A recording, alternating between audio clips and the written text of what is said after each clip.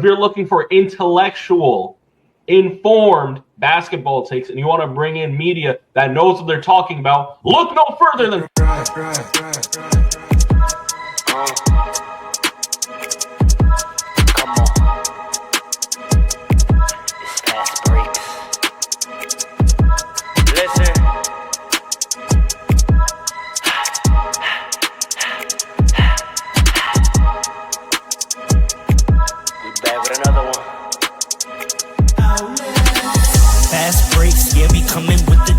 never early, never late, but we always push the pace, yeah. And we really study tape, y'all just view the highlights, man, we really watching games, yeah. You just watch from the stands, we run 3-man weeks, Paul, Dre, and Allen, yeah. Way more than a fan, we got love for the game, we don't have to pretend. Got it out the mud like you get it off the glass. I'm the run the fast break, throw me the outlet. Yeah, we got it out the mud like you get it off the glass. Time to run the fast break, throw me the outlet. We on the break, it's fast break. We on the break, it's fast break. Let's go.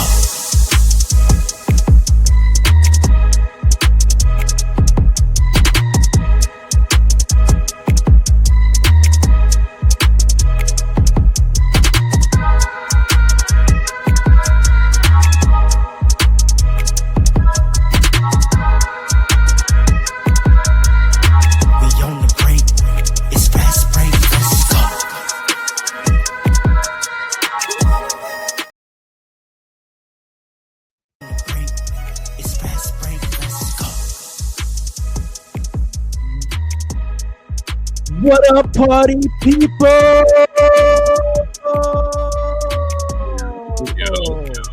Thank you for joining us on another Saturday afternoon. Apologies, but we're here nonetheless to give you this good content. Thanks for joining us another audio adventure. I go by the name Ro, the host of Homesick, and you know this. Group Bow, Flatbush. Joining me today, our brother Alan. The man could not join us at the time, but we have the author, America's favorite Haitian uncle, the man in the middle, King Dre Sock Passe.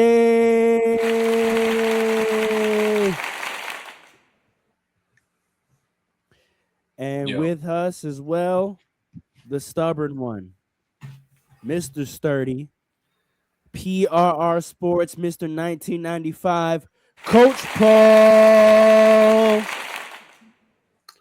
You got we got big up yourself. This is going to be a very serious conversation today, boy. Very serious. Look at my face. Dead serious. Dead as can be. Talk about it. I mean, I'm going to be talking about a lot in a couple minutes. Ladies and gentlemen, I don't know if you looked up to the top left. I don't know if you looked up to the top left or you looked up to the top right or center or bottom, because we have fans here from the YouTube community. We have fans here from the IG community. And shout out to everyone that's joining us once again on Twitch. Shout out to Twitch community if you were on us last night for our 4-hour stream. Y'all got a lot out of me. Okay, y'all got a lot out of me last night. But the reason why? You gotta stop, brother. You gotta stop. You gotta stop. You gotta stop. Why? That's not even. That can mean so many things in a professional atmosphere. What's wrong with you? There's a lot of things in the professional atmosphere that could mean a whole lot of things. Wait, hold on. Oh, nah. Depending on where your interface is, you can look at the title of this episode. And I want to point out something. This is Fastbreaks episode 100. Yo. Okay? Episode 100. We out here.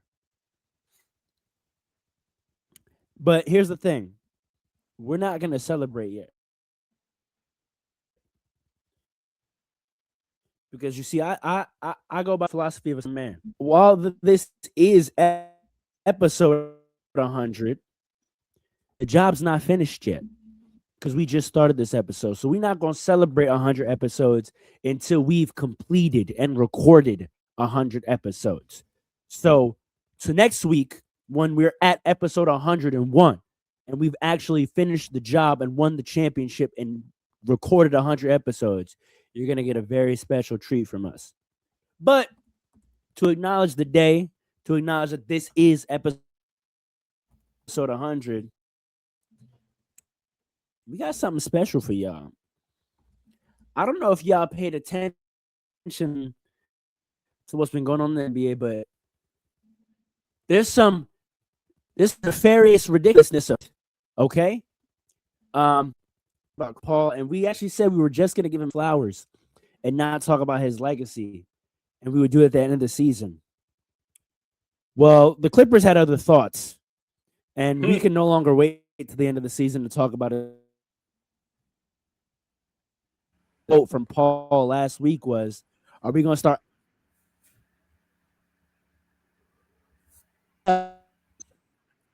And within 7 days' time, the NBA showed you how ridiculous some of these organizations can move. But in recognition of this being episode 100 and the fact that we have to talk about Steve Ballmer and the Clippers, we feel like it's only right. It's only right. If you've been a Fast Breaks fan since day one, since before I was even on this pod, then y'all might know who we have to bring in. We absolutely have to bring in if we're going to talk about Clippers. Listen, I want a warm welcome. Get up out your seats. Turn your screens to HD.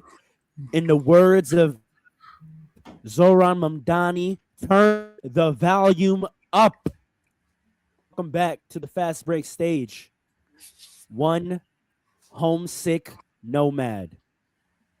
Yo, hold on, wait a second. What are you wearing right now? Hold on. Wait, hold on, wait. Four more Clippers. Milwaukee Bucks. Clippers fan. Former Clippers fan wearing a Milwaukee Bucks hat. I'm confused. Oh, it's Clippers King. Oh my God. Oh my God. Oh no. I rebuked the Clippers in whose name? Hold on. In the name of Giannis? The Clippers. Wait, are you officially announcing that you're a Bucks fan now? I can't say all that, but I'm wearing. I was going to say, that's crazy timing. I'm exploring my options right now. You're exploring your options? Wow. Yeah, I'm exploring my options. Once So again, I I'll can't give it wear up any Clippers apparel is cake. for Homesick Nomad. Wow. What's going on, Fast Breaks family? What's going on, yo? Homesick Nomad, aka Josh. What's going Welcome on, y'all? back to the Fast Break stage. Our first guest in a long time. It's good to have you, brother, a Fast Breaks OG. It's good to see you. I'm going to get right into it with you. I know you're a loyal watcher as well, loyal listener. This is crazy. I'm the one that's usually in the comments. The Clippers. The Clippers notified Chris Paul at 2 a.m. in the morning on a road trip to Atlanta that your services are no longer required. In your illustrious words, your famous quote, it's over. It's over. Talk to me first. I'm going to slow walk the dog with you for this one. Talk to me first. Just how do you feel? Before we even get to your thoughts and how do you feel as a Clippers fan when you receive this news? Delivered first by himself on IG, post excuses, and then Shams confirmed it. How do you feel? So I was thinking about how I was going to talk about this, and then Blake Griffin came out and put out a video, and he was talking to Rachel Nichols, and he said he's not mad at the Clippers, he's just disappointed, and I think that really encapsulates the feeling. Because and we have that clip for you if you want to roll it. Disappointment is worse than anger. Anger is passion. Anger is something that, you still want to see change. Disappointment is when you're at your wit's end. That's when you're finally at your end.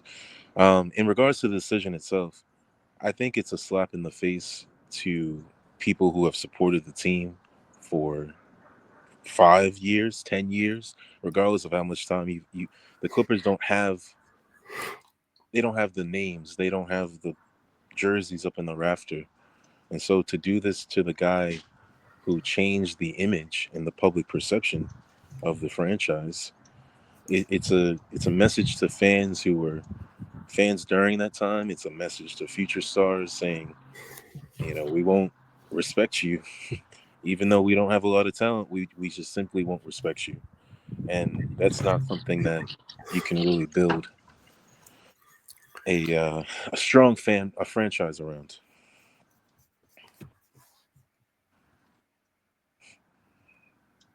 How do you feel about the way it was framed by Lawrence Frank's statement, specifically wanting to highlight and emphasize to us that the record had nothing to do with this, calling him a legend and saying they're choosing to part ways and they're going to work with Chris Paul to figure out his future, even though we already got from Chris Paul's OIG that they basically called him and sent him home, and he clearly wasn't a part of this decision. It was not a collaboration. How do you feel about Lawrence Frank in leadership framing it the way he attempted to?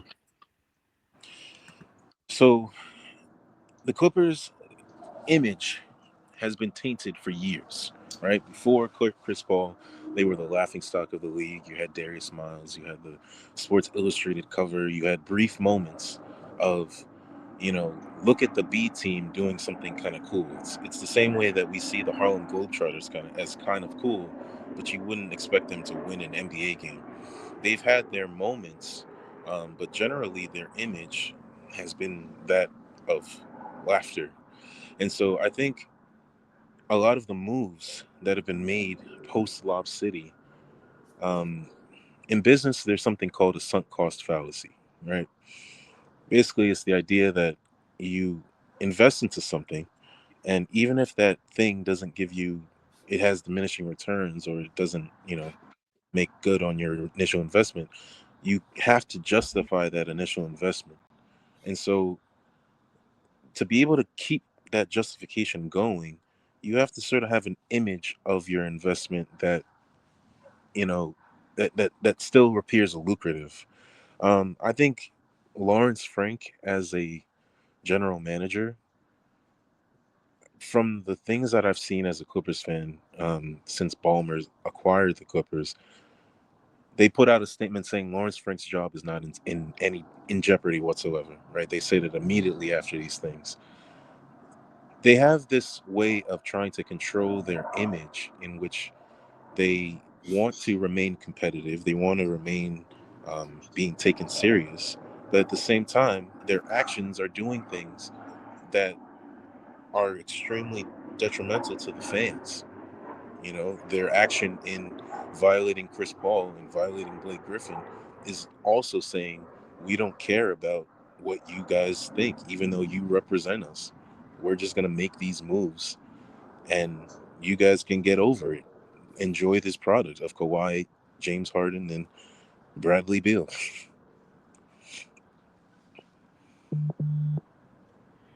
Well said. Where do you see? I know you have former Clippers fan in your header.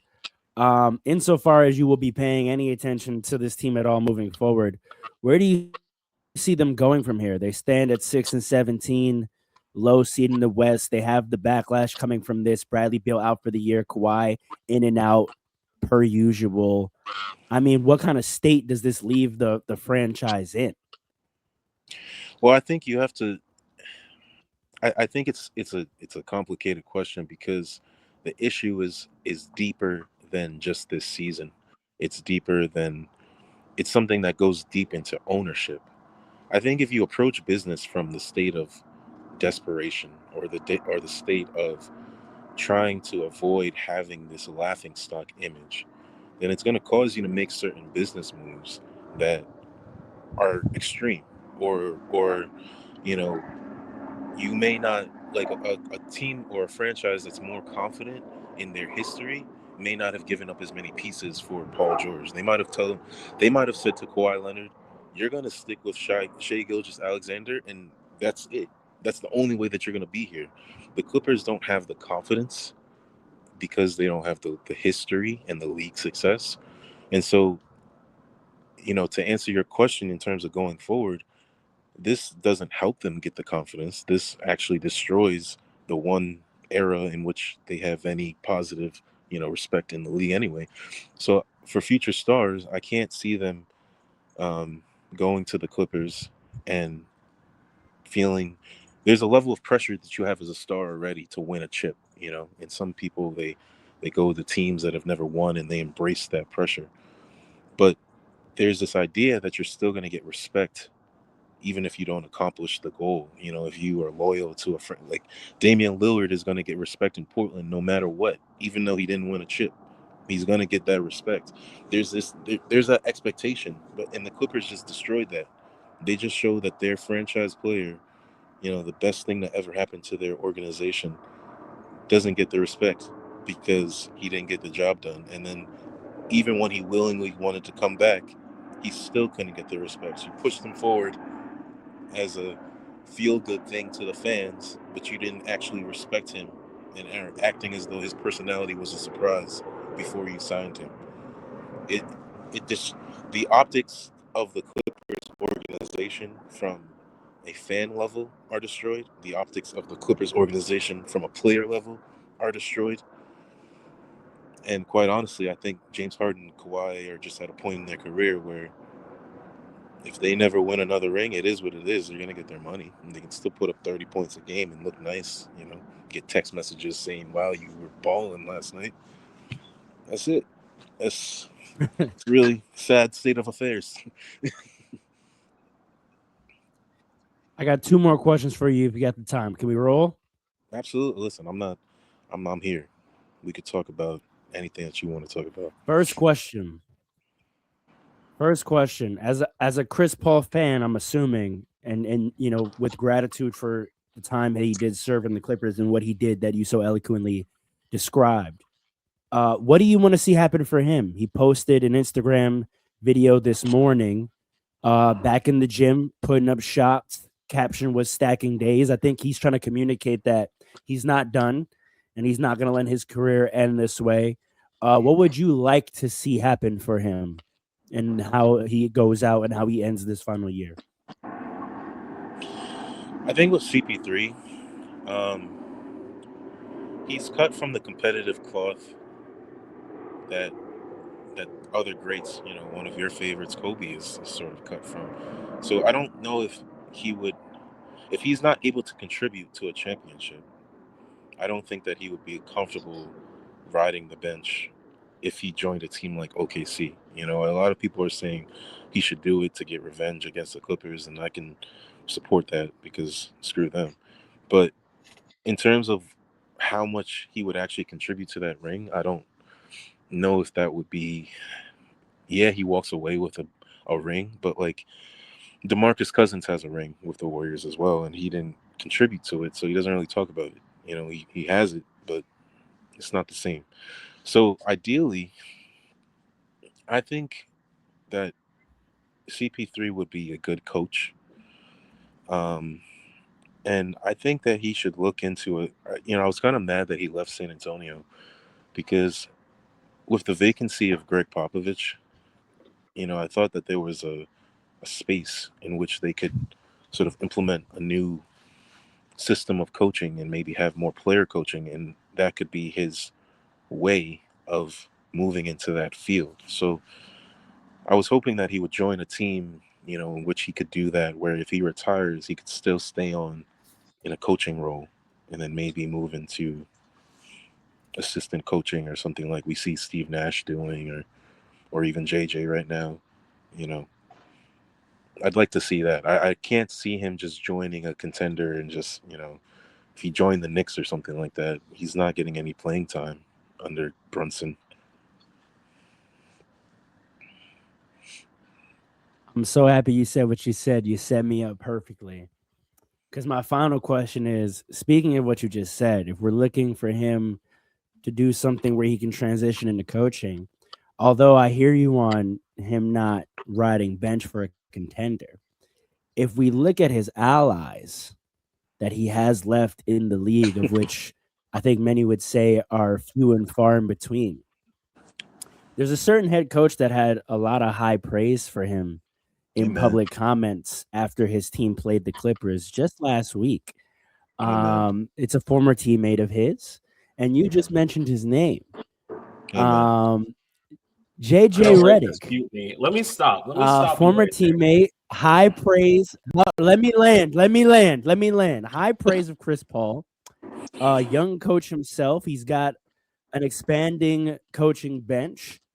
And wouldn't it just be right in the NBA universe for Chris Paul to put that Laker jersey on finally? But that's not my question. I'm putting that out there to comment on what you said, but to ask you this question. I see you say former Clippers fan in your header. I see you got the Milwaukee Bucks hat on, but you said you can't say all that about you being a fan yet. Mm-hmm. Nomad. And I'm going to look in the camera when I say this. Look right at you. Mm-hmm. Are you ready to come home, brother? Are you ready to come home? What's wrong with Especially you? if What's if JJ Redick holds it down, and puts that jersey on Chris Paul finally, which he deserves. He deserves to put that purple and gold on. If we can make that happen, Nomad, are you ready to come home? To see that, like I can't support that happening, because to see that is like to completely dismiss all. It's like to dismiss my entire allegiance and wipe my memory of the Clippers. Wait, you just said Clippers K. But to answer your question, oh man, are you ready? We are in an alternate universe. We right have now. room for you. We have space. We have exciting whites, Nomad. We have exciting whites. For the time being, I'm a New York Knicks fan. I'm out of here. I'm out of here. That's right. That's correct. That's correct. That is the correct answer. That is the correct answer. And that's What? Brother. That's where you'll remain. Welcome home. Welcome home. That's correct. Wait. Are you trolling right now? For the time being, I have to support the New York Knicks, man. Oh my gosh! Welcome home. We got our own excitement. I have to do. Listen, man. I got to feel things out. I got to see what's going on for real. Welcome home. I got to see what's going on. So this has been a real homecoming episode for you. Back to Fast Breaks. Back to the Knicks where you belong. Welcome home, brother. Welcome home, brother. Listen, man. What's going on right now? I want to see. Listen, to truly answer your question. Is there no room in your heart to potentially stay in LA? Is there Absolutely. no room in your heart to potentially stay in LA? I cannot. I seen there was I forget the name, but there was a story. There was a story that was posted on Instagram. I saw this morning as well, that someone who had been a Clipper fan for 19 years, they also formally denounced their fandom on IG, and they ended their comment saying, "Go Lakers."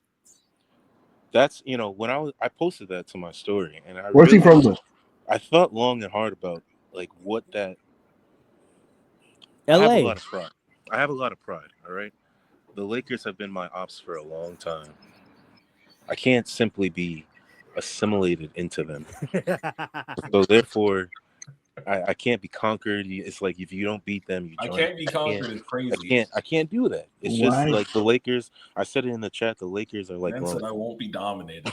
And I'm Spartacus. But I'm not gonna be conquered. I will fight to my dying breath. But my home is New York. Oh my gosh. Everybody in my group chats have been saying, "Listen, man, we feel you. This is an acceptable reason to transfer your allegiance." A natural trajectory. You know what this means, Paul? This means we're winning the chip this year. We can do anything. Listen, man, I gotta see. We can do anything, man. We can do anything. See the Bucks at. I want to see where Giannis is going, because I don't know. He might be joining the Knicks, and if that happens, then I'm definitely a Knicks fan. I'll tell you that. Oh my god! Comes to LA. Oh my! But if Giannis comes to LA, which LA? The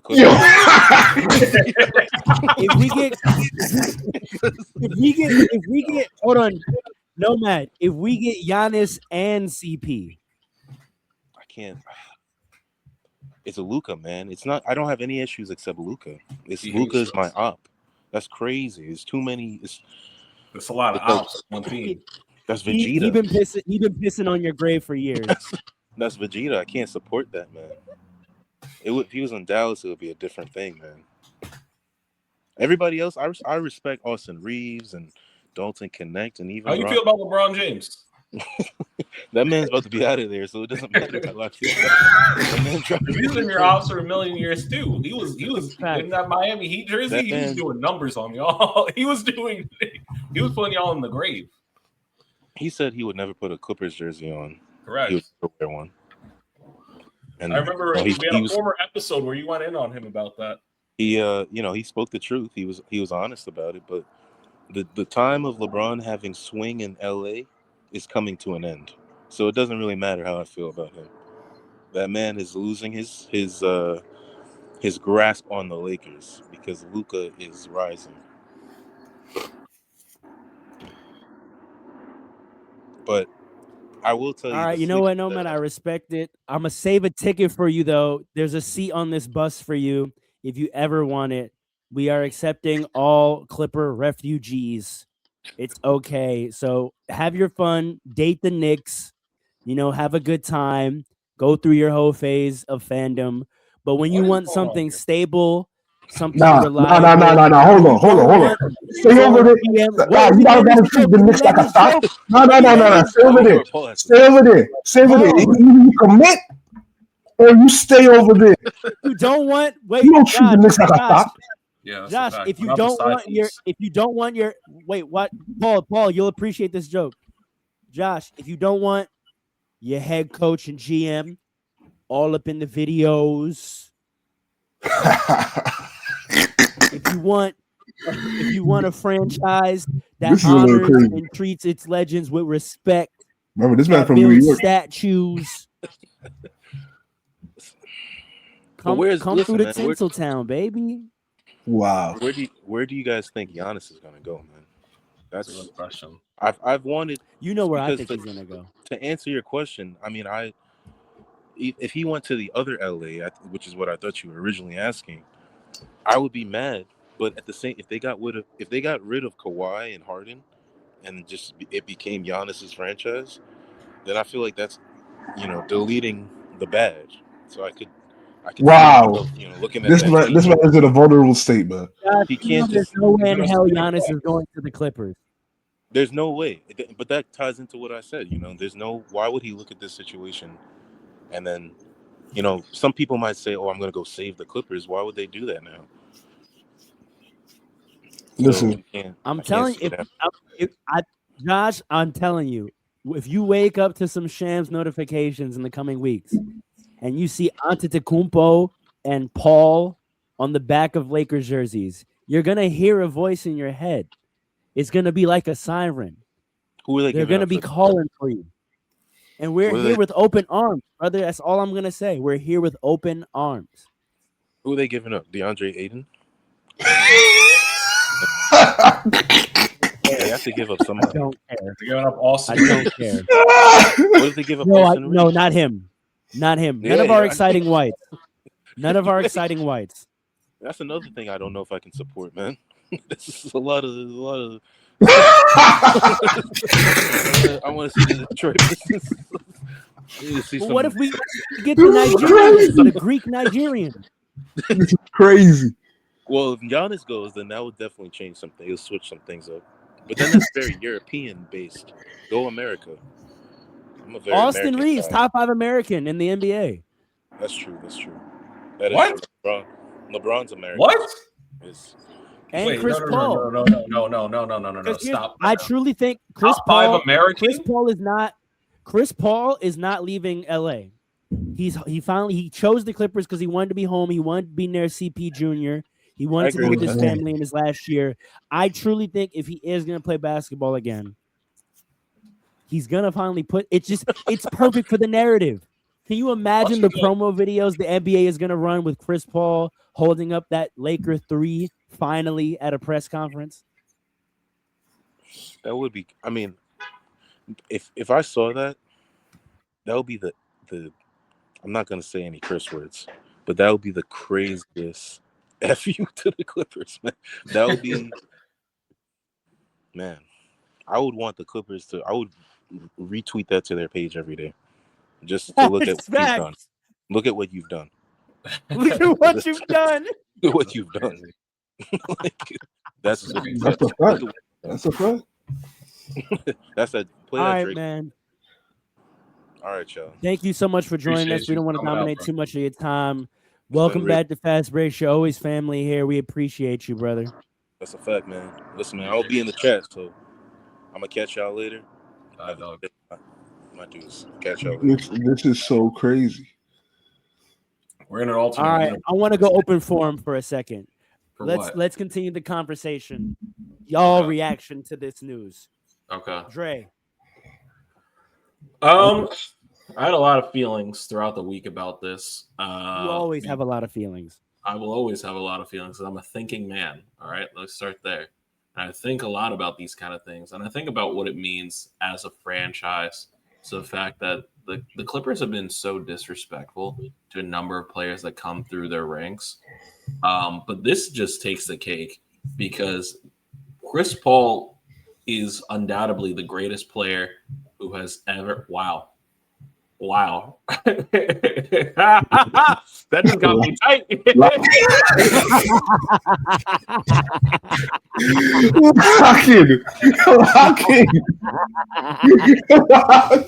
Wow. Shout out to the Twitch fandom. If you were on with us last night, you know. If you know, you know. Lock in. Okay. All right. So, that really fried me. Hold Lock on. in. Okay. So here's where I was going with that. Yo. Chris Paul is undoubtedly the greatest player that has ever played for the Clippers. He is the player of the decade. He is their franchise player. He was the face of their franchise. He brought them back from the grave, really, from being a laughing stock in the NBA. And the fact that within a week of him, stop reading the comments. The fact that this man had, within a week of being announcing his, farewell tour, this was a strategic decision. Whatever you had in the works going on, right? To be the fact that you're not so adaptable that you can't say, no, we got to put this on pause. All right, we got to give this guy a goodbye tour. You let Paul Pierce have a goodbye tour for the Clippers. You know what I'm saying? But you can't let Chris Paul. Which by the way, for the record, okay, I understand that he's a little bit older. I get it, all right. But the fact that he's coming off the bench and you don't have an abundance of great players on the damn Clippers that should be taking minutes away from him anyway. So the fact is that you couldn't even figure out a way to utilize his brain. Him being, as I've said on record on this podcast, the smartest basketball player I've ever seen. The fact that you couldn't figure out a way to utilize him and then waived him. The clip, I remember once, and it's funny because Josh is gone now, but there was once he talked about the Raptors being the laughingstock of a franchise and one of the worst franchises I've ever seen. Here's what I wish for the Clippers. And you guys might get the bullhorn and pause me a couple times, but I want to see nothing good come to the Clippers. I want to see them get violated each and every night for the rest of the season. I don't want anything good to happen. I don't want them to have any acquisitions. I want all of their best players to be on injury right now. I don't want them to get play. I don't get Ivanka Zubac or whatever the hell his name is. Get him out of there. All right. You can have Bradley Beal sitting on your bench, Kawhi Leonard not coming out. James Harden, I feel bad for it, but I don't want to see anything good happen to the Clippers. And I'm not a Clippers fan. I'm not feeling it, but to see something like that happen to Chris Paul, right, capitalizes a disrespect that this man has had throughout his career. And while I don't want to see him on the Lakers, this would have never happened. This would have never happened if he joined Kobe Bryant and put on the purple and gold all those years ago. Never would have happened. This is one of the most disrespectful moments I've ever seen in basketball. Adam Silver should call Steve Ballmer right now and force him to sell the team just like they did with Don Sterling. Yo, this is abysmal. This is abysmal. I'm sorry. This is next level. You don't belong in this league. You don't. Those are my thoughts about it. Paul. Apparently you've gone too far. Apparently. I don't think I've gone far enough. All right. I'm going to keep it short, man. First thing I'm going to say is choosing to be a Clippers fan. Living. Yeah, bring that man back on. Bring that man back on, man. Choosing. This is a 10-year-old. This he needs to hear this. Yo. Go back on me. Choosing to be a Clippers fan. All right. Living in Long Island, New York, is a clear example of poor decision making. The question was not about analyzing Nomad's fandom. We're asking you to react. Nah, this gotta be said. This gotta be said. It's poor life This is his last opportunity to do it too. So because he's a poor life decision making. Let me ask you. Wait a second. Hold on. He just swore to the Knicks. What are you talking about? Leave this man alone. Aren't you a Knicks fan? He did not. Paul, he can said I he ask was going to go on some dates with the Knicks. Relax. I think I'm trying to treat us like thoughts, man. We're not the side piece. I want to ask you a question. I mean, your fandom of the Knicks is what keeps you a fan when the Knicks are down, right? But like the moments of watching Ewing and watching Melo, those are part of why you became a fan. You know, man didn't watch it. Not really. He was like 2 years old when that happened. Do you think, like, maybe not even? Were you watching bad teams like Vin Baker, Knicks teams? I was watching Nate Robinson, Stephon Marbury. Listen, the Clippers had some exciting years too, where they were bad, but they were entertaining. They also had. They had just like the Knicks did around the same era too. And so that's like Ryan Richardson, Darius Miles. Right. See, and that's why I feel I can disband from the Clippers because I was tied to that type of basketball. And now I'm not tied to it as a city or tied to it as a resident of LA. But I was just inspired by that basketball. And now that the Clippers they've sort of cut ties with that. But the problem is I can as well. But the problem is you're from Long Island and you chose a team that was the other team talking about inspiring basketball when Kobe Bryant was playing in the same city. That's a fact. That's poor life decision making. That's a horrible decision. I'm going to tell you what. This moment that you're going through right now is 15 years in the making. This was destined. I'll tell you who I was a fan of before I was a Clippers fan. I was an Allen Iverson fan. And so growing up, when I played NBA Street or NBA Jam, my cousin would always play with Kobe, and I would play with Allen Iverson. Now, at that time in the league, the Philadelphia 76ers, they didn't really have anything going on. The process hadn't started. It was the preloading of the process. I don't know what they had. Tony Roden, they had Drew Holiday, Tony Roden, Evan Turner, Jason Richardson. I think they had. They did. I think Elton Brand was still playing. It was just a lot of randoms. Jaleel Okafor was going on. He was supposed to resurrect the man in the NBA. Jaleel Okafor. Iggy was nice. Young Sixers Iggy was something different. But like, there was no equivalent to Allen Iverson versus Kobe. The Clippers were my Allen Iverson. For us to go against LA was, it was like, for me to see Blake dunk on Pau Gasol, that was like beat my cousin. Foundational. I was like I beat my cousin when he chose. Yo. What's going on here? So that's the reason. It's not like some sort of deep love for the Clippers. You see you hear those sirens? That's for you after that comment. What's going on here? What the hell is happening? But anyway, you can continue what you were. I'll let you finish. Josh, you did nothing wrong. This is actually raising a great debate, which we can slide into as part of this topic discussion. Whether denouncing fandom is justified. I have long and Dad, if you're watching still, get back in this comments because we've been saying this for a long time. Josh, I commend you for having the self-respect that New York basketball fans have lacked for 30 to 50 Now, let's years. get into it. Let's get into it. Yeah. If I'm going to join this team, your organization, I'm just going to listen. When your organization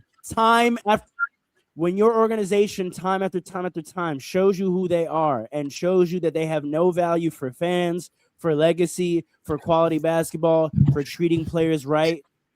Mind you, remember, these white billionaire owners own this team, and they're doing this to our young black millionaires. That's a fact. Disrespecting them, throwing them out of their arena when they come back, waving them in their retirement tour. When your organization, you're not just a fan of teams and players, you're supporting a business. And when you continue to support a business that shows you its deceptive, manipulative, and abusive practices, you have no self-respect. I've been saying it to New York fans for decades. My father has been saying it before me. The way New York fans continue to sell out MSG. Now, it's okay now because y'all are good. And y'all want to act like Jalen Brunson. Don't dismiss that. Don't dismiss that. But that's the whole point. When Dolan was coming out saying the things that he said, when he threw Patrick Ewing out of the MSG, when he threw Oakley out of the arena, when he threw Spike Lee out of the arena, and y'all stayed fans and not so much as one protest or negative fan letter to his office. That's not accurate. That's not entirely accurate. Congratulations for respecting yourself and freeing yourself from an abusive relationship. Josh, you see what happened. Informed conscious consumerism. You see how Lakers fans talk, right, Josh? Informed conscious consumerism. Nobody. You see how these Lakers fans talk, right? You see, it's all about the glitz. They have absolutely no real loyalty. That's one thing I could listen. It is weak, and you're in a vulnerable moment, so it's okay. Feel your feelings, but it is weak to choose a team, then leave because number one, if the Clippers went on a 20-game win streak, got Giannis, and won the chip, you would be happy right now. You know you would. I'm not gonna act. So what's the point in saying I'm not a fan of the Knicks? I'm not a fan when you know things could change. This is why you're not supposed to be loyal to players. This is why it's whack to be loyal to players. We are in the best place that they have been since I was 4 years old. I am 30. I am happy. I am happy. And this man is talking about the past. Things can change. Real talk. The problem is you chose the wrong team.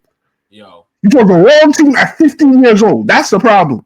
Hold on. That's the whole problem. But to switch teams, that's a years-long process. Your heart's still with them. That's why you're hurt.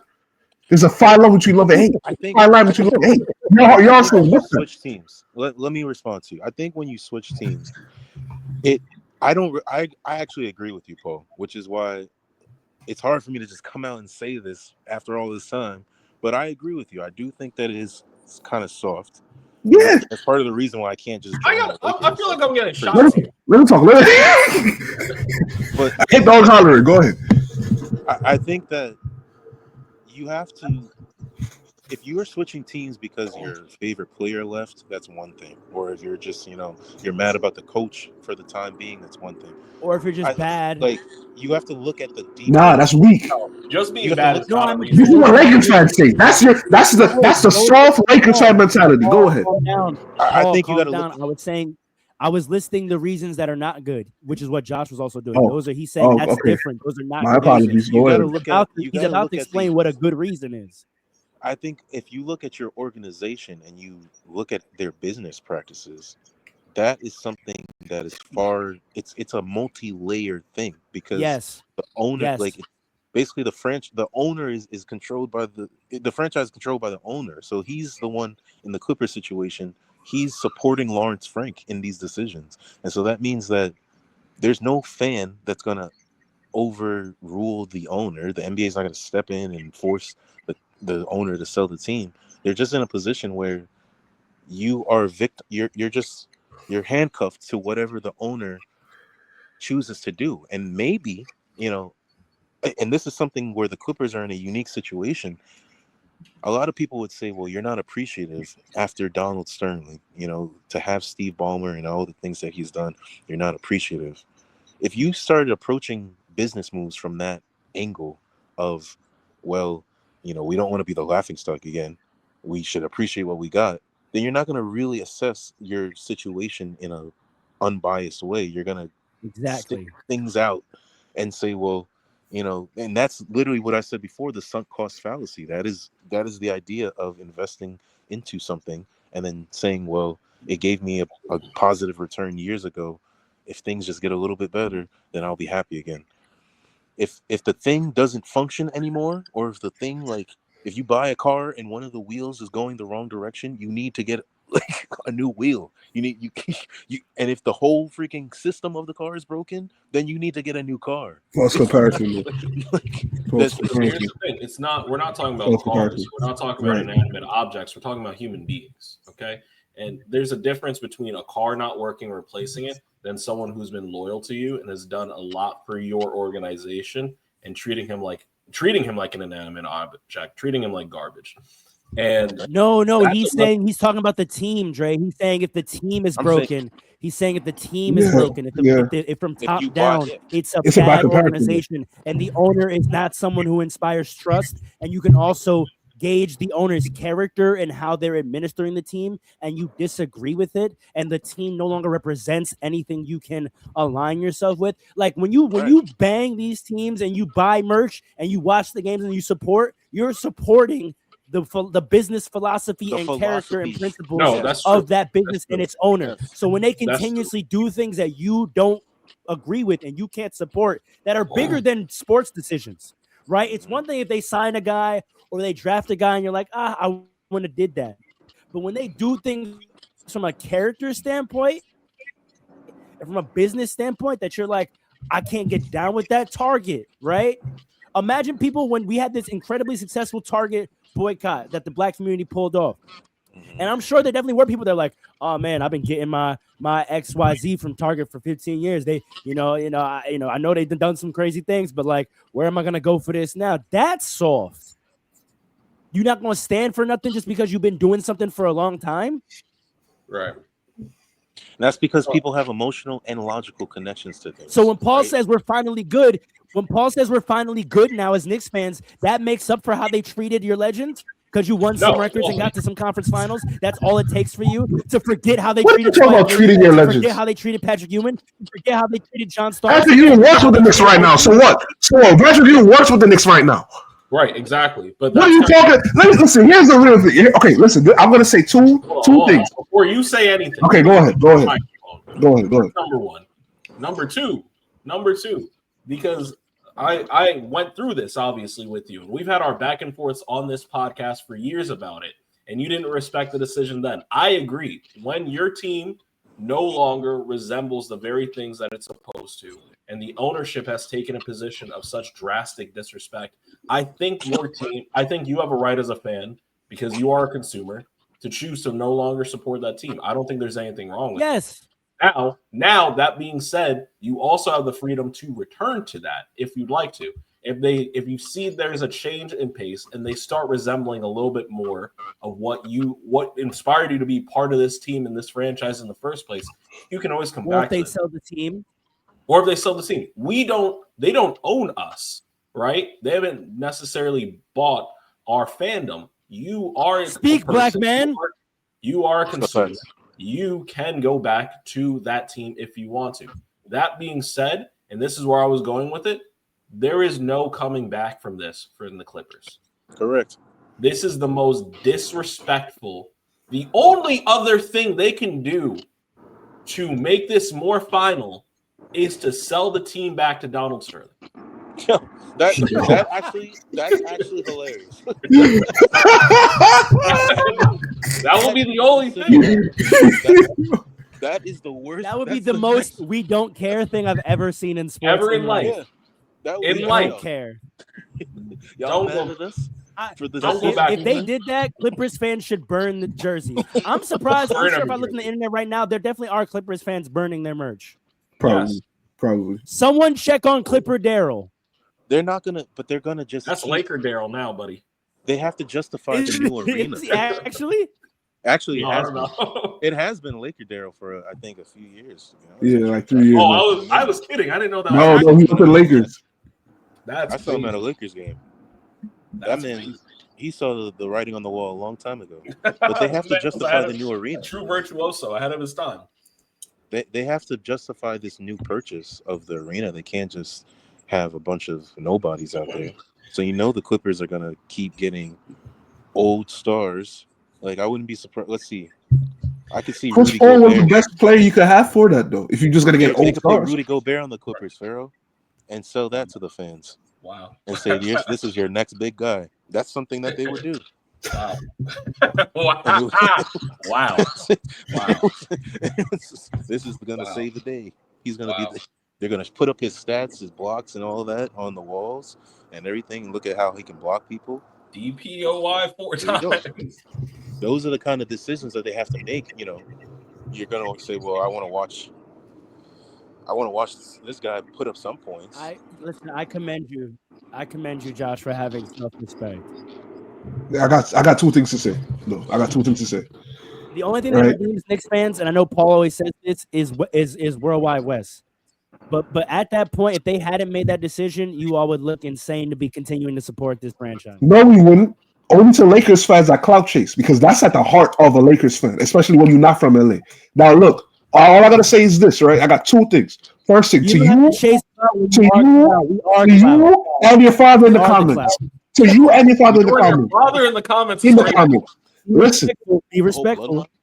We will jump. to you and your father. I'm responding to what your father is saying. I'm responding to what your father is saying. The Lakers, because at the end of the day, this does come down to winning, right?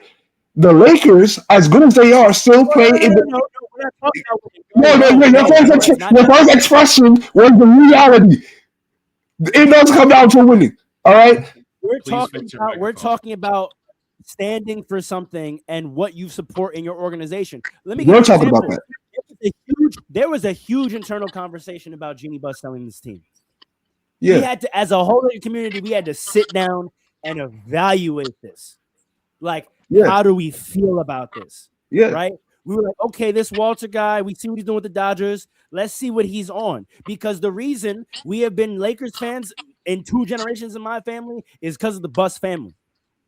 The way Dr. Jerry Buss approached owning a basketball team and his daughter after him, they refer to the basketball team as a public trust. All we are the stewards of this team, but this team belongs to Los Angeles and to Lakers fans worldwide. And they run the team that way. The way they treat their players, every player that comes to the Lakers from other teams, they've said it like, oh, it's different. You should be a over here. Packers fan then. You should be a Packers fan instead of a Giants fan. Let's go Packers. Like I was saying. So now, So the biggest thing that shook our world is when the 2 young and y'all don't notice the 2 young Bruss brothers just got like instantaneously fired, sent shockwaves through the Laker community because we were like, whoa, that's not how we operate. We got to see what that was about. Now we think it might be some beef with Jeannie, in which case she usually right. But if this Walter guy is coming in here and just disregarding people, we're going to have an issue. The main thing why we supported the sale of the team was them saying that Jeannie was still going to run it for the next 2 years. If they just sold and pieced out, we all have to sit back and go, hold on. So you would leave the Lakers? I would. If they started moving in a way that wasn't Laker-like, that wasn't what I've been supporting for all 30 years of my life and for 20 years before I was even born, I would evaluate. I'll tell you right now whose fandom of mine is hanging on by a thread. Sure. The Giants. That makes Hanging a lot of on sense. by a thread. That makes a lot of oh sense. my gosh. Hanging on. Bro, and it started years ago with the way they treated Odell. I did not like that. I did not like that. They did right by Eli somewhat. They didn't give him the team he deserved because he was still really good in a lot of his later years, and they violated. No They O-line. violated. The way they scapegoated and then shipped out Odell, I almost dropped my fandom that day. The day that trade went down, I said, I don't know if I can be a fan Knicks anymore. The same exact thing to Carmelo Anthony, but continue. Exactly. No, Phil Jackson, the Lakers fan, the Lakers intruder, And then, the Lakers. You know what, though, Paul? You know what we were smart enough to never do? We never let him be an executive. It don't matter. He was doing y'all work for us. Anyway, reverse that. And the way they treated Saquon, that was the second strike. And then he went on to win a chip. I was like, we're moving like the Knicks. We're cutting great players that go on to win chips after us. I don't like it. Drafting Daniel Jones, and then the way they treated him, that was half a third strike. They got back to 2 strikes with Jackson Dart because, again, exciting whites. No, I can't. Jackson Dart, Cam Catabo, exciting whites. I don't know about that. Got them back to 2 strikes. It deleted their half strike from Daniel Jones. But now they're running this boy in the ground, getting him concussions everywhere. I got quarter of a third strike. I got a quarter of a third strike. Look, Paul, hanging on by a thread. If listen, I gotta offensive line and protect this boy. Paul, I agree with you on winning. I actually agree that winning, but I think that the concept of being a fan is a very emotional concept in general. Like if your team doesn't win, if it doesn't win the championship or you don't win, you're still gonna have hope, and you're gonna say, well, our team has to be better next year, and they'll retool or whatever. But so there's a combination of both emotion and logic that comes into being a fan. If the Knicks went out and traded everybody and signed a bunch of 5-foot-tall dudes, your emotions to the team are not gonna be prioritized over the logic that you see that they cannot win because they're 5 feet tall. So you can't there's a balance between that. And if the product winning is going to increase that emotional, I guess it's almost like putting pennies into your emotional piggy bank. Every time you win, you're getting some more. So if you don't have the winning to couple along with the emotion, then I agree. I agree with you that in the future, a person could disband their team and then they see them winning later on, and that emotion will start to resurface. But logically, does the team still practice the same things that caused me to not be a fan in the first place? All I'm saying is this, right? Teams things ebb and flow in sports, right? We see right now. I said it last episode, and I said it as a matter of fact. I'm in a group chat with some of my other friends that they're more football guys. I said this is the year of all the bad teams actually being good, except for the Jets. But yeah, they all a lot of those teams are they're good now. They're respectable, right? You see the Bears, you see what Daniel Jones is doing on the Colts. A lot of these teams that weren't good, you see what I'm saying? The Raptors in the NBA, they weren't that great. Now they're one of the better teams. Things ebb and flow. So yes, I understand what logically, this is my logic. Things will change. And to overreact, even if it changes when you're 40, to overreact, right? And say, I'm just going to not be a fan of this team is, to me, slightly illogical, because when things change, in your heart, you're going to look at that and smile, because it's going to tug at your heartstrings. Now, here's the thing. Let me say this quick, because I've been trying to say this for a while to you and your father, right? The Lakers, they are good. They're very good, but they're not at the level of the Thunder, right? At least that we don't know that yet, but we think they're right now. We could assume the Thunder are definitively better than the Lakers, right? The Lakers going up, but the Thunder are there right now. I can't say that again. They're better than everybody in the league. What? They're better than everyone in the league, including the Thunder. Oh, the Thunder are right. No, right, exactly, right. So now, the thing is this, though, right? Because the Lakers are in the same conference as the Thunder are going to be in the way of the Lakers getting to the finals. The Knicks don't have that impediment. The Knicks have a better chance of getting to the finals than the Lakers. Even if you want to say the Lakers are better than the Knicks, the Knicks, hold on, because it really does come back to that, and you want to act like it doesn't, right? And if the Knicks get to the finals and win the chip, if the Knicks get to the and your father's right, the Clippers are directly responsible for the Thunder. But if the Knicks get to the finals and win the chip, y'all Lakers fans from New York City are going to look at that and be conflicted. And we all know this. We all know this. So talking about the Knicks, you brought the Knicks into this. You brought the Knicks into this. I don't know why you brought the Knicks into this, because the Knicks are not into this, but you hate the Knicks. But there's a fine line between love and hate. Oh, do you think that when the Warriors won chips, that people in LA were conflicted about who they chose? Not even a little bit. The Warriors are in the Bay. No, not at all. The Warriors are in the They Bay. should have chose a different California team. The Warriors are in the Bay. It's a different thing. No, That's but California is a state, right? So it's very Oh, likely that there are Lakers fans all throughout California, right? Even more so than like East Coast, right? So like, as much as you call it crazy that I'm a New York Laker fan, it's not that crazy to be like someone that lives in Oakland and be a Laker fan, is it? No, I've seen that. Like I've seen like some celebrities, like Do you think they were conflicted? No. When actually yes. What about someone that lives? What about someone that grew up in Fresno that's a Laker fan? If the Kings did really well, do you think they were conflicted? If Golden State did really well, you think they were conflicted? When the Lakers sucked, I promise you, there were Lakers fans in Golden State, in the Bay, in San Francisco, in Oakland that were conflicted. Absolutely. Paul, I disagree. As a fellow Knicks fan, I disagree with you only because here's the thing. Here's the two-part thing, right? First and foremost, to be a New York Laker fan, you're operating on a different level where we can't even reach you with logic. It's just not going to happen. You have made up your mind. This is your franchise. But why are y'all talking about what happens on the court, and me and Josh are talking about supporting a business? I'm not talking about what's happening. I'm responding to Paul. Because you want to. It's sports. I'm in the middle of a take. That's why. I'm in the middle. Can I finish my take, please? Do you not financially support your team? Of course I do. Can I Is find that not a financial decision you're making? Yes, it is. Can I finish my take?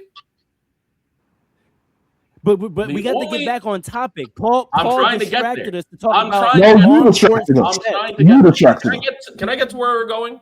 Okay. Go ahead, Dre. As someone who went to the Nets in my hiatus because That there's was crazy. another team in my state, and then I came back home. The only team that is going, the only fandom that is going to be conflicted by a Knicks championship will be the Nets, because that is going to be what finally sends them back to New Jersey, which is exactly what Alan wants. What? That is going to be exactly what. You will no longer be welcomed. There will be no more Nets fans in New York once the Knicks win a chip. That is what that is a full trajectory turning around to bring us to a championship. That is something, that kind of trajectory is something that you were going to get us back on point. I'm getting there. That is the kind of trajectory that is respectable to bring back a culture where fans who left the Knicks and came back to the Knicks would be justified. If the Clippers had a similar kind of trajectory, Josh would be completely justified in going back to them. But right now, as I said, the Clippers are cooked. Trajectory. That's an Can I add something real quick? Dre, address the first part of that process. Speak to what me and Josh are speaking about in terms of justification to leave a team, and we're talking about it having nothing to do with whether the team are good or bad. Because Paul, everything you said in terms of about quitting on a team just because they're bad is correct. Something towards Andre's Nets thing though first before you expand. I just want to say, like, I have a lot of friends who are Nets fans as well, and they're not New Jersey Nets fans. They were Brooklyn Nets fans. But I think that something that doesn't exist as much in the league nowadays is stylized teams. I think true. I think becoming a fan of how a team plays is becoming a lost art because all these teams are starting to play together in the True. season. Like when people talk about Lob City, it has a name, it has a title, it has Showtime. You know exactly what range of years. Triangle offense. The triangle, like if you fell in love with that as a Laker, I can respect you, and if you didn't want to watch this current Lakers team because you want to see the triangle offense somewhere else or whatever, I can respect a person who just loves styles, and things like that. But you can continue your point. I just think that when the Nets came to Brooklyn, they had a different KG and Paul Pierce, and even before Jared Wallace and Marshawn Brooks, they were different than the Knicks. No, wait, Dre, can I ask you, what was it that made you leave the Knicks? The Knicks originally? Yes. So it was a couple of things, right? The first nail in the coffin was how they treated Carmelo Anthony. The entire treatment of that did not. Stop right there. Paul, again, he's talking about something very specific that has nothing to do with the team being good or bad. And he eventually came back. How they treated Carmelo affect you, and how did you basically surmise that it was irrelevant and you didn't care? Phil Jackson was the op from the inside. That's how I viewed it. I want to understand how you look past these things. I fully looked at Phil Jackson like a Lakers op that was working and operating within the Knicks organization. Everything Phil Jackson did, I didn't like. I fully looked everything. If Phil Jackson is the one that ruined Carmelo Anthony's prime, go ahead. Okay, so how did that affect how you felt about the team leadership? I didn't. That to me, Knicks, Phil Jackson separate. He got fired. He left right away. In your mind, you're like a player. Your fandom is like it's just the roster. And what happens with the organization? Hold on, let me ask the question. And what happens with the organization and management is completely irrelevant to your fandom. It has nothing to do with you. I don't know if I could say that, but I would say with Phil Jackson specifically and Carmelo Anthony, you got to understand, Knicks fans looked at Phil Jackson like an op while he was there. I understand, but I'm asking you a question about where Phil Jackson was a role player on the Knicks when he won. Think about he won because of Wall.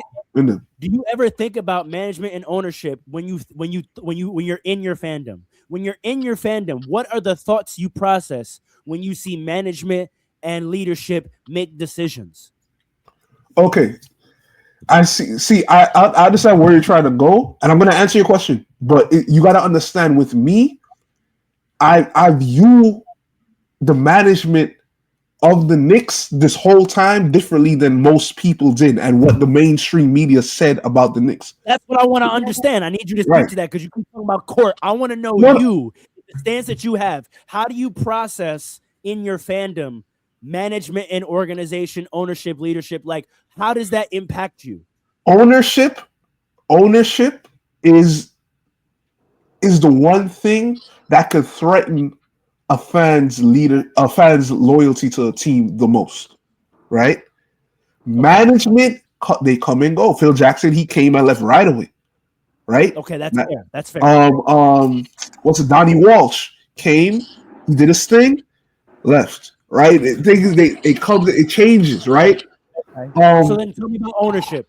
You and Dolan, what's in your mind? Like, what's your relationship to Dolan owning your lifetime? Dolan, you be trying to make it seem like it's bigger than what's on the court with Dolan. I want to know what you think. Can I talk? I'm getting there. Right? It wasn't bigger than what's on the court, because the past few years you see people I've been proven right. Y'all want to call me? I've been proven right when it comes to the Knicks the last few years. Dolan owning the team is not holding up. Let me talk, because you don't like what you hear. That's why you interrupted me. Dolan doesn't affect what's going on the court as much as people thinks it does. As much as people think he does, right? He did at one point, right? But giving the reins to Phil Jackson showed me a willingness to back off. And although it didn't turn out right, I saw the silver lining. I was like, you know what? I see what you're trying to do, Dolan. And then he did the same thing to Worldwide West and Leon Rose, and that was working, right? Dolan wasn't an issue. Dolan. So to take what you're saying and actually turn it into an answer to my question, what you're saying without trying to say it, because you don't want these words to leave your mouth, you support Dolan in his decision making. That's what you're saying. I'm saying that Dolan got a bad rep, and I support his decision making. Yeah. Right now, you are comfortable with Dolan's ownership and you support his decision making. I think Dolan got a bad rep, so yeah, you could say I'm not trying to say the words, but that's the same thing. Dolan does not affect what's going on the court the way people think he does. At one point he did. Now the last 6, 7, 10 years, actually, the last 10 years, he has shown an ability to change. Now, if he didn't make that change, that's the one thing that could threaten my Knicks loyalty, but I don't think I would fully leave. But you know why? Because I know where my heart is, and I don't think it can change. You know what, Paul? That's crazy because that's exactly what I said. I said that change that he made, I said is the only reason why I still pity y'all, but he's giving you enough. He's giving you enough to, like you are, nominally support him and the way he runs this team and owns this team, because there was one good decision made in the past 15 years that has resulted in some success for you. That's the grace that I give you. But I just wanted to finally get you on record. You are in support and align yourself with the principles and character of James Dolan and how he operates. Why are you talking about principles? I think that he got a bad reference going on the court. You keep trying. That's what we're talking about. That's what you're talking about. That's what me and Josh and Dre have been talking about. I think because you completely twisted. See, the thing about it is this, right? Right. Josh is leaving because he disagrees with the principles and character of how his team was being ran. If we're talking about that justified. Word. All right, I'm asking Nomad this, right? From 2010 to 2025, right? If the Clippers had a 60-win season every single year, right? And had a shot to win the chip every single year, and then this happened, would you really leave after this one decision? But that doesn't make sense. No, let him answer, Lakers fan. Let him answer. No. Let him answer. No. I'm going to ask you a question. No. Let him talk. Let me answer the question. Let him answer. What's going on, Nomad? Because we're an hour in. Hold on, Josh. Oh, no, yeah, hour in. He already said in the beginning that this was the linchpin, the nail. No. That's not the question. That's not the question. No, that in the alternate universe, answer the question. I think I'm going to answer. Let him answer. No one is defending that. Let's go. I don't see what Winnie thinks he's getting. Paul, you created a hypothetical that no one was defending. Let him answer the question. Because my answer to the question. Paul, no one is justified to a singular decision. You exposing yourself, boy. You exposing yourself, boy. Hold on. Hold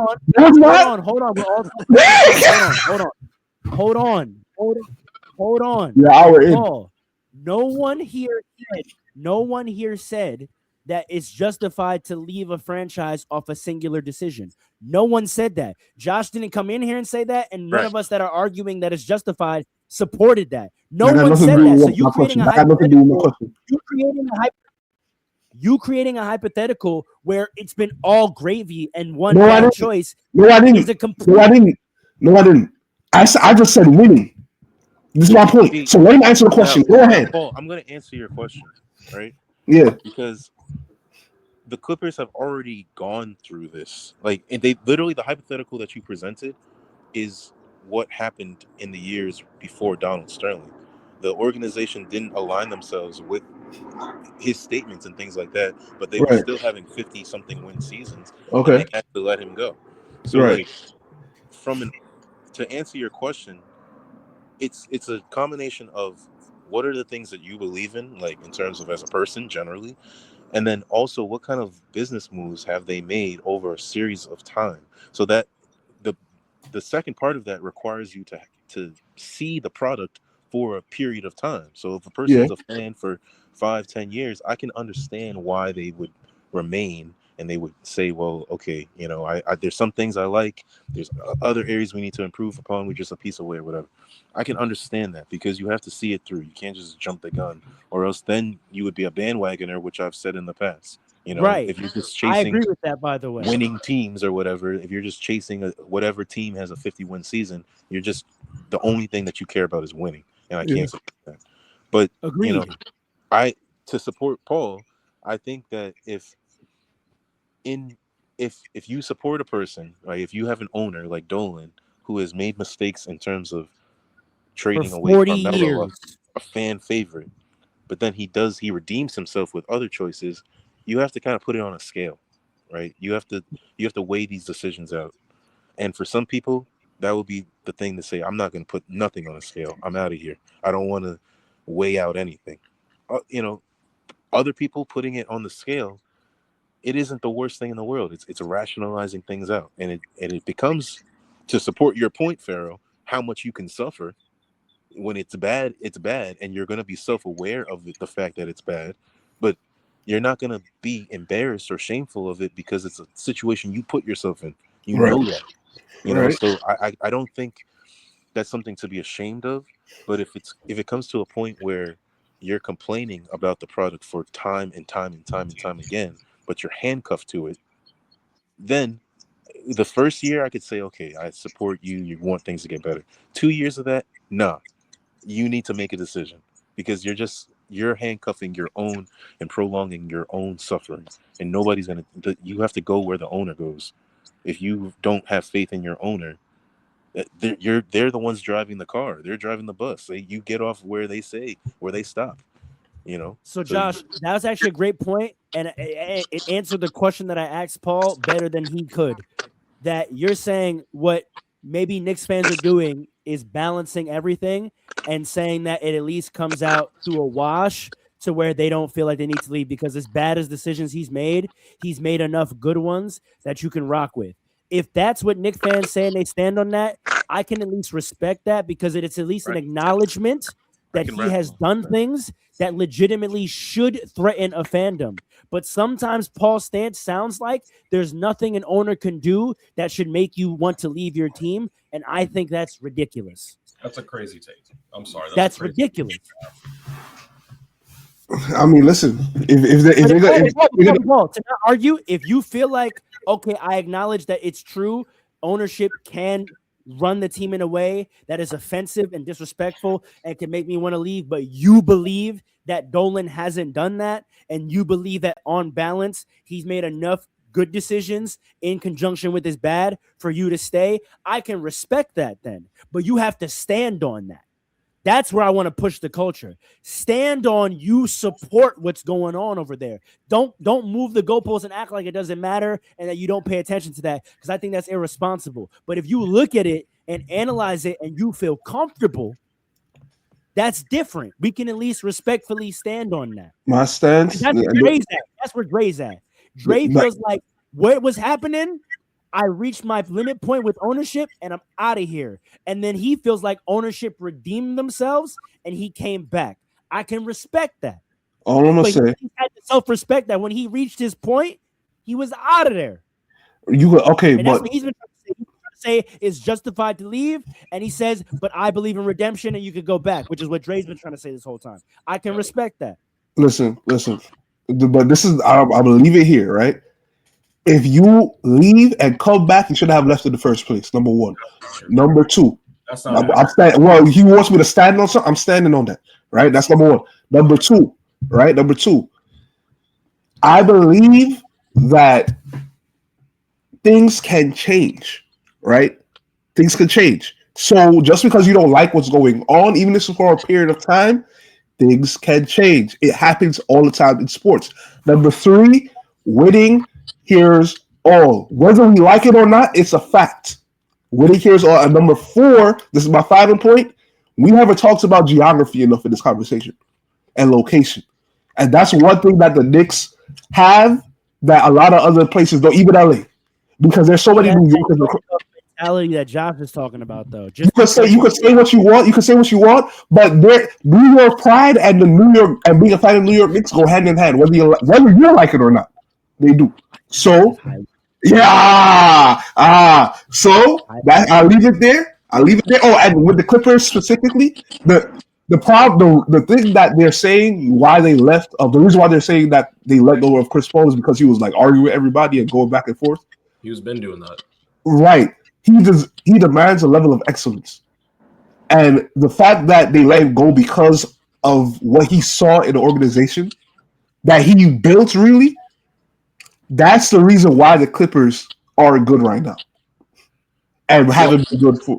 That's a great. Can I step in real quick? If the Lakers, hold on, just to my last point, if the Lakers, just so I can stand on my principle, because I'm in a scenario where my team did a lot of winning, right? Which Paul thinks cures all. Even if the Lakers had won all the chips they did, I'm gonna use two players because in the Clipper scenario, it's Blake Griffin, they did this too, and Chris Paul, right? If 17 chips in all of that still happened, but the Lakers did to Pau Gasol what they did to Blake Griffin, and then turned around and did to Kobe what they did to Chris Paul, I would burn every Laker paraphernalia that's exists in my house. I think that's kind of crazy. I don't think that's burn crazy. everything. I think that's a little crazy because you talked about 20 years before you were born. The Lakers' greatness is why you're a Lakers fan. So you're gonna ignore everything that happened before. Yeah, and the combination of those two decisions would be such an affront to that I wouldn't recognize the organization that I'm looking at anymore. Man, people need to be more committed to their team. People need to be more committed to everything in life. It's a bigger conversation. If they did to Pau Gasol, if even after 17 chips, they did to Pau Gasol what they did to Blake Griffin, and then 5 years or so later turned around and did to Kobe what they did to Chris Paul, there would be riots in the streets of Los Angeles. I think Kobe is more important to the Lakers than Chris Paul is to the Clippers. I know that sounds crazy, but it's real though. In scale of what the Clippers as a franchise have accomplished, Chris Paul is that because they haven't done the winning. So the best thing more than Blake Griffin ever felt. The best thing the Clippers fans have ever felt as the Clippers fans, literally the best experiences they've ever had in their fandom. Chris Paul and Blake Griffin were responsible for that. More than the Western Conference Finals. When you treat those two players like that, when they are the literal reason I've ever had happiness as a Clippers fan, you can walk away. Yep. That's what I'm saying. In my lifetime, it was Kobe and Pau, right? And Shaq a little bit, right? So all the chips, the 5 chips that I've personally lived through, the people responsible for that, I'm talking about in my lifetime what I saw, right? The first chip I was a little young. The second and third one I was kind of conscious for, right? The first one not so much. Can I respond so in my lifetime, the people responsible for my happiness in the people responsible for my happiness in fandom are Shaq, Pau Gasol, and Kobe, right? Yep. So with all the winning the Lakers have done, the 5 chips, all that, if you did that to those 3 players, I'm out of here. I want to respond to this comment, man. Stephen A. Smith said that Kawhi Leonard is the worst superstar in sports. People say, and I remember we had a conversation about it. Back when I was on this podcast, and some people were saying, but when he's healthy, he's top 5 in the league. That mentality is operating from a scarcity desperation mindset. Who gives a crap if and when? You need to know that he's going to be. You need to make that decision. You cannot put your hopes and dreams into a whim. So him getting an extension, like the initial idea to get Kawhi was not bad. To get him at the time when they picked him up to acquire him or whatever was not wrong. But to look at literally just won a chip. Yeah, he came on. He's on top of the world, right? And this might spite you, Pharaoh. He came out and said, "I don't want to play with LeBron." For a Clippers fan, that is fire. That creates a conflict. It creates a war. The Battle of LA. That was somebody saying, "We choose you.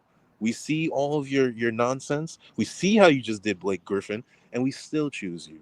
That was perfect at that time. But when the Clippers failed in the Western Conference Finals, there was an opportunity right then. I mean, when they had the 3-1 collapse in Denver in the bubble, right? That was the first time that the franchise was probably met with the decision of this investment that we had of Paul George and Kawhi.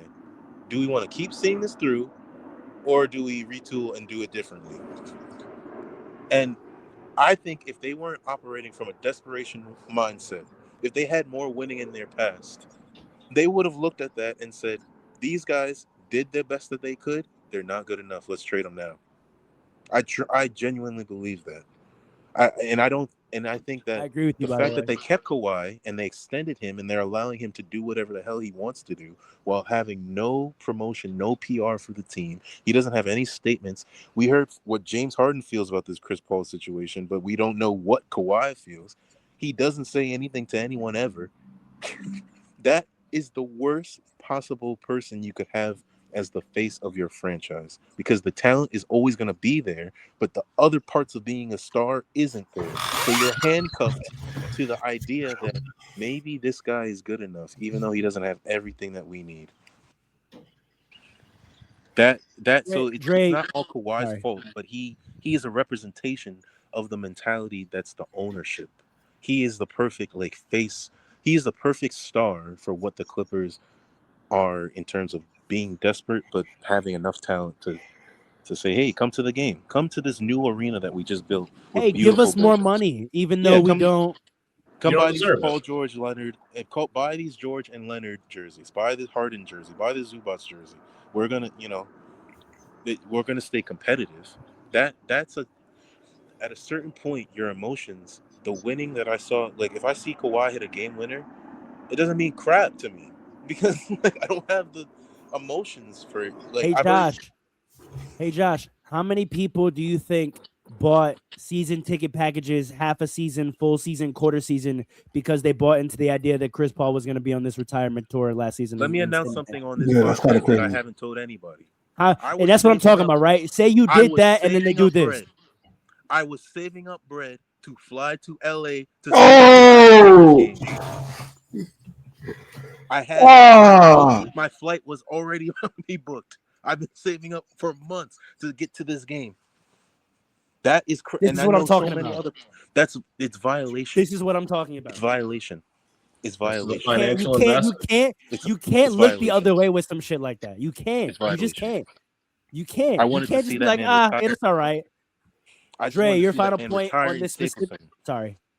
Go ahead, Josh. My bad. No, I'm saying I wanted to see that man retire in the new Clippers arena. I thought that would be the most beautiful thing, the perfect end of an era. Maybe he doesn't want a ring, but we get to see our guy go out like a champion. They should bring him back. No, they shouldn't. Paul, when you hear that kind of story, hold on, wait, Paul. When you hear that kind of story, it doesn't do anything. Part of you can feels like that's justified. All I'm saying that's one is person. There's probably thousands of people like that. That's disrespectful, man. There's thousands of people like that, bro. You don't want to say millions? And there's people. No, I'm not gonna say millions. Work with the team. That guy today worked with the team, man. That guy who posted. Paul, when you hear something like that, you can't understand denouncing fandom when there's stories like that. You can't understand that. That guy was a ball boy. He had pictures with Blake, the guy who posted this morning. He was like, "Come on, man, that's disrespectful." Come on, man. Listen. You can't take that sitting down. Like you can't. Listen. And show up to the game on Monday. Are you crazy? I understand. I understand the pain, right? But I'm gonna say two things. One, if they bring back Chris Paul, a lot of people are gonna go back, right? They're not bringing him back. They're not, but you never know. Number one. Number two.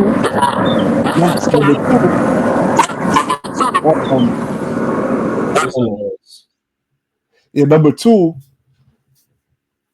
All I'm gonna say, and I said it before, I'm gonna say it again. If you leave and come back, you should have left in the first place. That's all. Can I respond to that one? Because that one I have particular. Wrap us. We're right at the 1:30 mark. Wrap us, because you are a person that has done all of this. You've been where Josh. Well, you've kind of been where Josh has been, but not as bad, I would argue. But you've also been the other side where you've come back. Do you feel when you hear a story like Josh's? Hold on.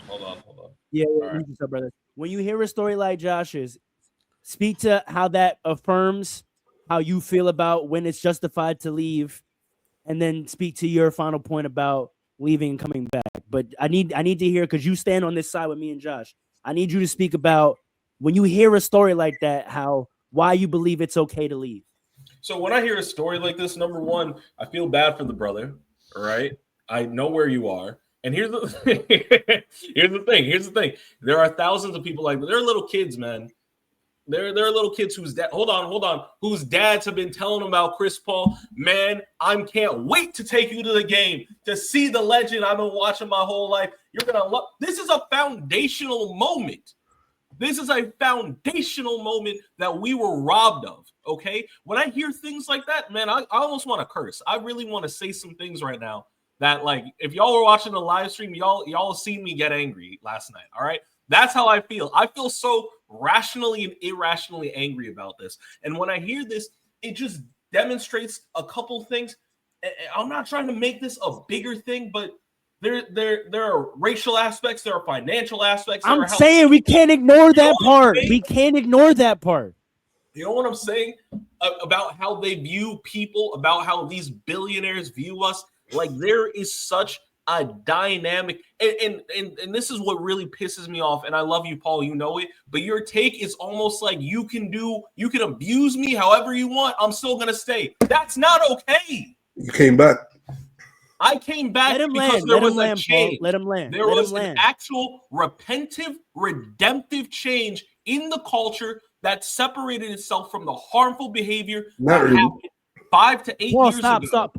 Dre, talk about what made you leave as well. Talk about what made you leave. I'll tell you exactly what made me leave. The disrespect for Carmelo Anthony, not being organized as a team. What really set me off was in 2020, as I've said before, right? When everyone was coming out and supporting Black Lives Matter and talking about COVID, James Dolan adamantly said anyone that works for MSG that goes out and speaks against these things will no longer be part of the organization. And then he made a financial contribution of $2 to $5 million to a political candidate who was against everything we were about, demonstrating that he doesn't care about the culture, he doesn't care about the fans, and he doesn't care about what we want. I did not want to be a part of this any longer. At that moment, I decided I'm going to be part of a franchise. Maybe I can't go to LA, but the New York, thanks to Brooklyn coming over, they have another team I can be a part of. Let me see what they're about, right? And something the Knicks ended up doing is James Dolan took a gigantic step back. And the team started doing something that I loved, which was they started demonstrating we are building on a foundation of fan support, of fan allegiance, of honestly even just the power of friendship with the Villanova 4 that came to, or almost 4 that came together. And we're creating something that we can make our fans proud of. It wasn't just fan service. It was a cultural awareness and cultural movement to bring back fans like me. And it worked. Because as you said, Paul, my heart was still with the Knicks. Even while I was supporting the Nets, I said I would still love to see the Knicks succeed. And they weren't. But when they did and they demonstrated this change, it was something, even they didn't win a chip. Okay? I rejoined them when they were still in the first round. But it was just good to see that they had changed their ways. Does that mean I'm with the Knicks for life? No, if they ever go back to being the way they were, if James Dolan continues to be like this, or they got a new owner that's like this, I might be prompted to leave. Because the Knicks don't. Can I amplify something you're talking to as well? This is Can I amplify something you're talking to? Let's really name it. Everything you said is correct, but what happened? A specific leadership change was made. Mm-hmm. Like you said, Dolan, not only did Dolan take a step back, he took a step back and he brought in Leon Rose and Worldwide West, who assumed leadership and began doing things in a culture that you could now stand with. Correct. This matters, right? So in contrast to Josh, when Ballmer stands on these things, and we've learned about how Ballmer operates business-wise with this Aspire stuff, and then Lawrence Frank and Tyronn Lue make decisions like this, and Ballmer signs off on them. The Mavericks, everyone was saying, fire Nico Harrison. That owner got away with murder. He flipped it to make it look like that was a Nico decision, and the fan base turned on Nico and not their ownership.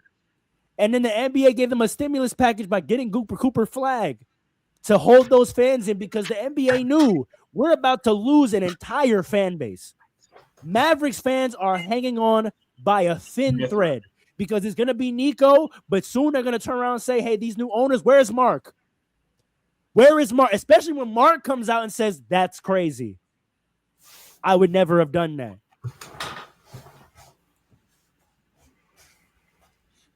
Listen, to capitalize it and finish it off, Josh, and to all the Clippers fans affected by this, my heart goes out to y'all. This was terrible. The Knicks are open. Come, especially if you're from New York. Our fandom is wide open. Our arms are open wide. Come join us. But how fans, many different ways are you going to say wide and open? Are you fans, open? Hey, fans, yo, Mark. Fans, just remember, as consumers, okay, your dollars are owned by nobody but you. Your loyalty is owned by nobody but you. You can choose who it goes to, and choose wisely. Well, we're right at 1:35. Thank y'all for tuning in to this episode. We're not talking about the Knicks Celtics? No. Josh, thank you for helping us. I'm sure you don't. Acknowledge episode 100. Again, tune in next week when we celebrate 100 completed episodes when the job is finished. And thank you for tuning in last night. If you did, we'll see you again next Friday night, 10 p.m. on Twitch for Rec Runs, where we run the Rec. And we'll see you again next Saturday at some point in the day. Don't worry about it. Have your notifications turned on in your alerts. When we pod is when we pod, and when you get us is when you got us. You already know what it is. Bow! Light it up. Come on.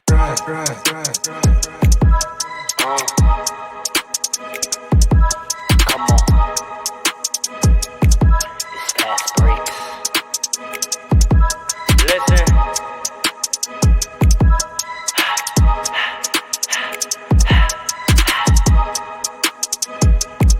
We back with another one.